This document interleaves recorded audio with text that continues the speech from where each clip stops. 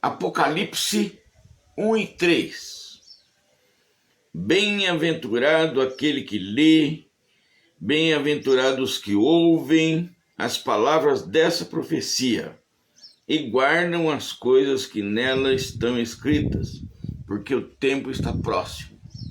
Lucas 11 e 28. Mas ele respondeu: antes, bem-aventurados os que ouvem a palavra de Deus e a observam. Eu sou professor da rede pública e durante muitos anos eu verifiquei que um dos problemas dos nossos alunos é a questão de leitura. Você manda ler um texto, manda ler um problema de matemática, manda ler alguma coisa, manda ler um texto de geografia, história. E aí você pergunta: e aí, o que você entendeu? Nada. O que você viu de interessante? Nada. Por quê? Porque acostumaram a ler sem entendimento. Nunca se preocupavam em ler alguma coisa procurando entender. Isso é prática. Isso é costume. Então, por exemplo, você vai fazer um problema de matemática. Se não prestar atenção no que lê, quando terminou de ler já nem sabe mais aquilo que leu. Fluência de leitura e prestar atenção naquilo que está lendo é extremamente necessário. A Bíblia é a mesma coisa. Imagina o seguinte: eu leio a Bíblia inteirinha. Daí alguém me pergunta: fulano, o que você entendeu? Não entendi nada. Fulano, o que mais te chamou a atenção? Quer dizer, não sei. Quer dizer, não adianta você ler por ler. Não resolve. É até bom, é uma prática de leitura maravilhosa. Eu li a Bíblia. Eu li 5 vezes, 10 vezes, 15 vezes, 20 vezes. Eu nunca li a Bíblia inteira, não consegui. Porque a hora que eu vi que não estava entendendo nada, eu parava. Eu nunca consegui. Para mim ler a Bíblia, eu tenho que ler alguma coisa que o Espírito de Deus me desperta a atenção. Olha, esse texto aqui eu quero que você leia, quero que você conheça. Aí eu não vou só ler, eu vou pesquisar, eu vou estudar, eu vou conhecer com profundidade. E o que a Bíblia está falando aqui? Você tem que ler, ouvir e guardar aquilo que está escrito, aquilo que você aprendeu. Tem que guardar, tem que aprender alguma coisa. Ler por ler não significa nada. Eu me lembro que tinha um aluno que ele tinha muita dificuldade na 5ª série, porque ele lia de forma truncada. Tipo assim: bem-aventurados.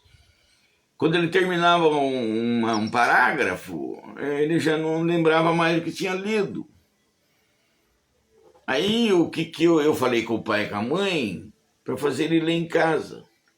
Para quê? Para ter fluência de leitura. Então eu exigi que o pai e a mãe cobrassem dele leitura em voz alta.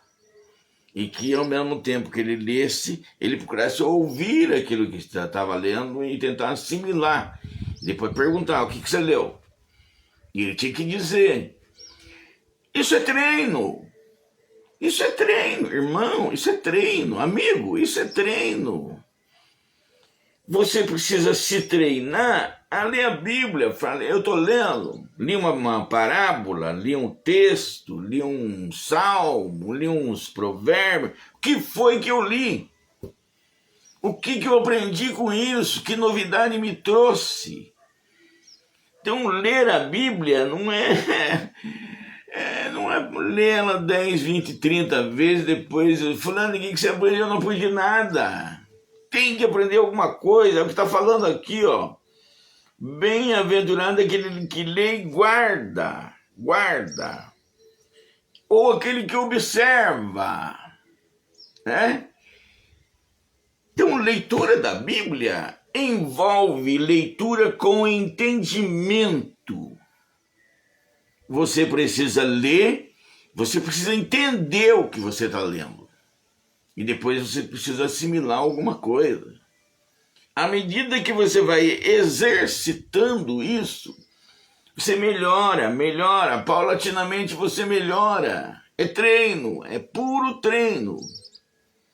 É lógico, veja bem, nós somos comparados à ovelha. Por quê? Porque a ovelha rumina. Então você lê com entendimento, depois aquilo fica na sua mente, ruminando. E aí o Espírito de Deus começa a falar com você, lembrando aquilo que você leu. De repente, verdades começam a clarear na sua mente. A Bíblia diz que Deus abriu o entendimento e eles compreenderam as Escrituras. Então você lê com atenção. Deus vai abrindo o seu entendimento e você vai entendendo aquilo que você lê. Lições para a sua vida, lições para a vida da tua família, dos teus amigos, vizinhos e para todo mundo. Eu venho fazendo isso desde os 26 anos. Então olha quanta coisa boa eu aprendi para a minha vida, para a vida da minha família. E agora estou distribuindo para vocês. Leia com entendimento. Cumpra aquilo que Jesus manda fazer. Atos 17, do 10 ao 12. E logo de noite os irmãos enviaram Paulo e Silas para Bereia. Tendo eles ali chegado, foram à sinagoga dos judeus.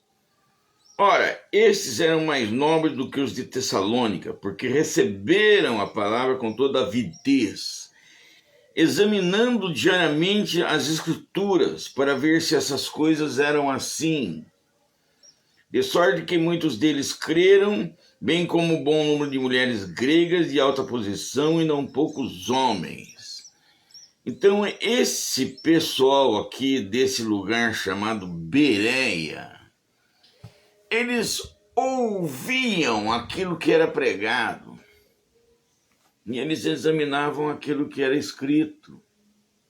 Sabe? Você não tem que acreditar em todo mundo que fala em nome do Senhor, não. Tem muita gente enrolando muita gente, tem muito falso profeta, falso pastor, tem muita gente interessada no dinheiro.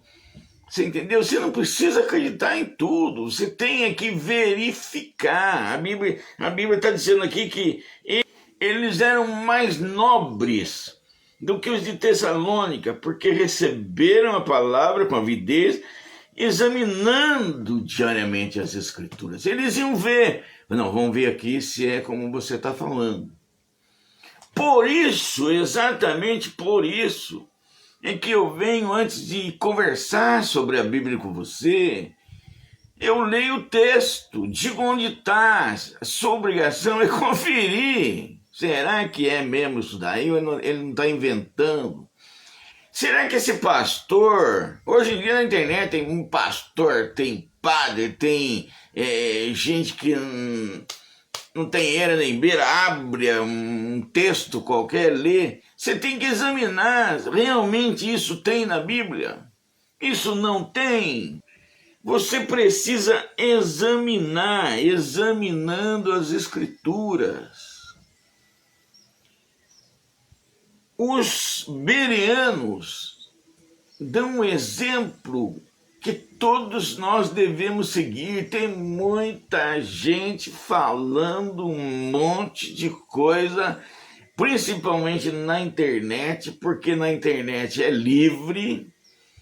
Muita gente que nem sei se tem algum interesse em Deus, falando um monte de coisa, até eu. Você não tem que acreditar no que eu estou falando, você tem que examinar, tem que ver, não, eu quero ver se realmente ele está lendo esse texto aqui. É o que a Bíblia está mandando você.